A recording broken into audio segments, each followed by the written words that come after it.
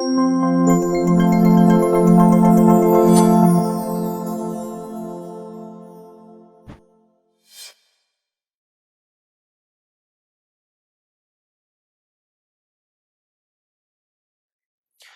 that's another reason why it might be a good idea to not have such an aggressive timeline, and why we're asking for a little bit of a delay. So first of all, we don't have those components are not fundamentally existing in the electronic medical records that we have.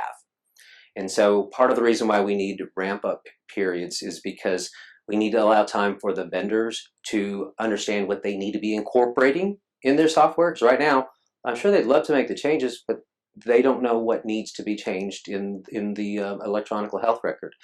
So those changes need to be instituted from the vendor, and then the practices have to learn and understand how and what's expected to go into those data fields.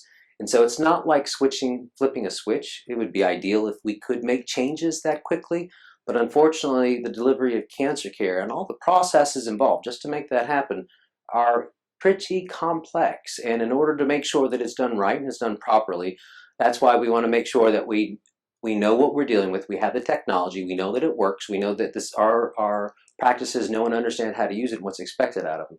And so it would be great if it were simple as flipping a switch, but unfortunately, that's not the reality.